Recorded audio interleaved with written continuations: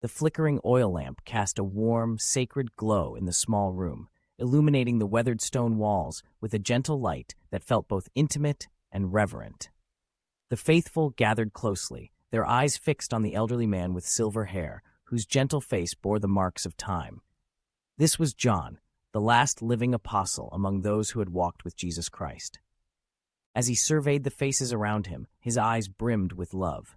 Then, in a deep, resonant voice, he began to share his testimony. From the very beginning, the Word has existed. We did not merely hear, we have seen with our own eyes. We have touched him, the Word of life. A profound silence enveloped the room.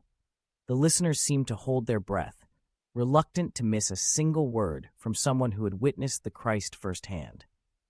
In an instant, time seemed to rewind. John recalled the days he walked alongside Jesus. Vivid images flooded his mind, as clear as if they had happened just yesterday. There was Jesus, clothed in a white robe, his eyes filled with compassion as he gently touched the eyes of a blind man. In that moment, the man opened his eyes, beholding the light for the very first time. The crowd erupted in astonishment and joy. Then another scene unfolded.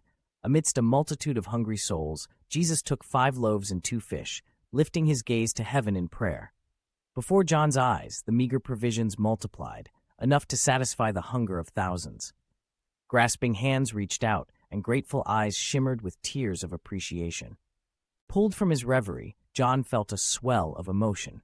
He glanced at the faces before him, reflecting the same awe he felt when he witnessed those miracles.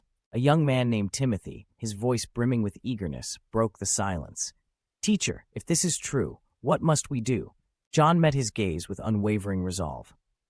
"We must proclaim what we have seen and heard. Eternal life has been revealed. We cannot keep this to ourselves. We must share it so that all may have fellowship with God the Father and his Son, Jesus Christ." Beside him, a middle-aged woman named Anna pondered aloud. "But there are those who say Jesus was just an ordinary man. They doubt, they dismiss." With gentle firmness, John replied, "No, we are not speaking of a tale spun by human hands. He is the eternal life, who was with the Father and has been made manifest to us.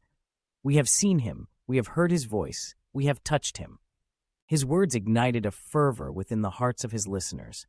Their eyes sparkled, and a sense of certainty began to blossom in their souls. John surveyed the moved faces before him and spoke softly, "My dear friends, I write these things so that our joy may be complete." Suddenly, the oil lamp seemed to shine brighter, the atmosphere filled with a holy joy. They bowed their heads in prayer, hearts overflowing with happiness and peace. A gentle light enveloped the room, a heavenly mark upon those ready to carry the gospel far and wide. In that moment, John understood the significance of his testimony. It was not merely a recollection of the past, but a call to action, an invitation to share the profound truth of Christ with a world longing for hope. The sacred memories he held were not to be kept in silence, but to be echoed in the hearts of all who would listen, igniting a flame of faith that could illuminate even the darkest corners of existence. Each story he shared was a thread woven into the fabric of a greater narrative, one that transcended time and space, binding all believers together in the love and grace of Jesus Christ.